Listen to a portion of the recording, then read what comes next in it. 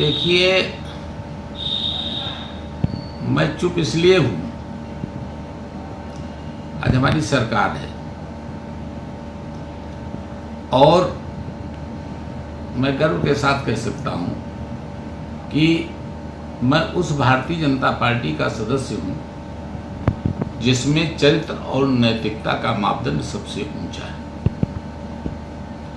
इसलिए मैंने खामोशी बेहतर समझी। हमारे पार्टी के नेता भी संभवतः यही कुछ सोच रहे होंगे, किंतु अब आपने एक सवाल कर दिया है, इसलिए मैं अगर इसका उत्तर नहीं दूंगा तो मैं समझता हूं कि मैं अपने साथ ही नहीं, मैं अपने पूरे समाज के साथ अन्याय करूंगा। आज के दैनिक जागरण के प्रथम पृष्ठ पर एक खबर छपी है कि 8 दिनों के बाद दुष्कर्म का पता चलता है। मैं बड़े दुख के साथ इस बात को कहना चाहूंगा कि जिस तरह से घटनाक्रम हुआ बदला और एक कांग्रेस के नेता के आने के बाद जिस तरह से बयान बदले, ये एक सोची समझी साजिश है। लेकिन फिर भी मैं इस पर न जाकर के मैं एक मूल बात पर आना चाहता हूं, और जो सवाल हर आदमी के दिल में कुरेद रहा होगा, जबान खुल रही हो या न खुल रही हो, घटना की शुरुआत जिस तरह से होती है, एक लड़की अपनी माँ और अपने भाई के साथ घास काटने के लिए खेतों की तरफ जाती है। हम भी फार्मर हैं, घास काटने निकलती हैं, औरतें जाती हैं, लड़के जाते हैं, लड़कियां जाती हैं। लेकिन मैंने आज तक जो देखा है, हम भी अपने फार्म की तरफ देखे हैं कि जाती हैं जहां पर घास होती है वहां पर सब बैठ जाती हैं, घास काट लेती हैं, अपना बोझ बांधती हैं, चली आती हैं। लेकिन इस प्रकरण में जो कुछ हो रहा है, आप इसको जरा सा गौर करिएगा और पूरा देश इस बात पर गौर करे और हर जांच एजेंसी गौर करे कि आज जब बाजरे की फसल कटाई हो रही है, उसकी सूखा खेत है, तो बाजरे के खेत में कौन सी घास थी जिसको काटने ये लड़की माँ भाई को छोड़कर चली गई? कौन सी घास थी? तो बहुत बड़ा सवाल है, बहुत बड़ा सवाल है गांव देहात के अंदर। इन लड़कियों को जब अकेले में घास काटनी होती है तो इनको गन्ने का खेत मिलता है, मक्के का खेत मिलता है, अरहर का खेत मिलता है, बाजरे का खेत मिलता है, और कहीं इनको घास ही नहीं मिलती। ये एक बहुत बड़ा सवाल है।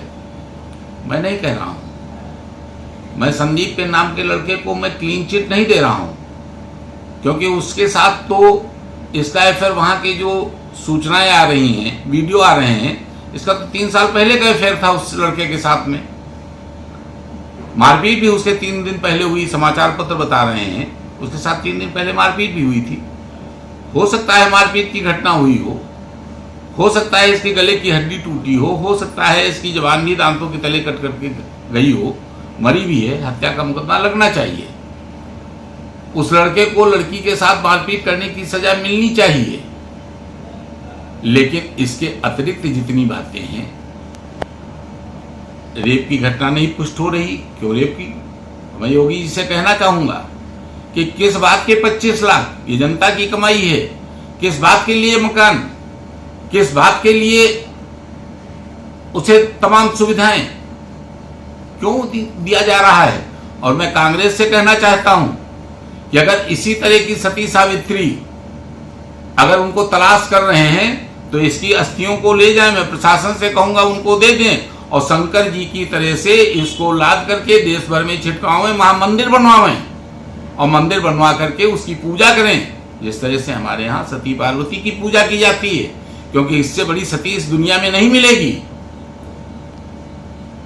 ये विडंबना है ये विडंबना है और ये चारित्रिक पतन है।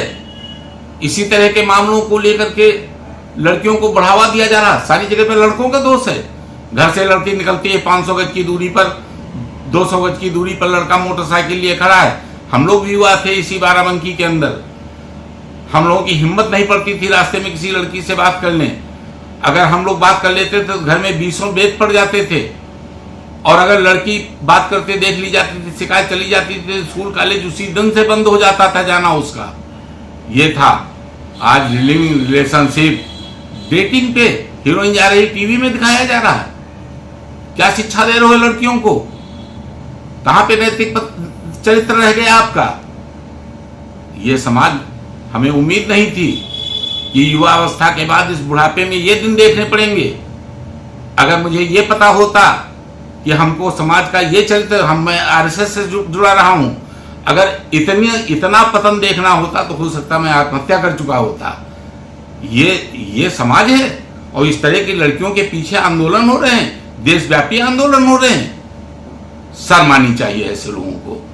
और मैं अपनी सरकार से अपील करना चाहूंगा कि इसकी फाइल क्लोज करनी चाहिए और इस तरह की लड़कियों के मामले में कतई संज्ञान नहीं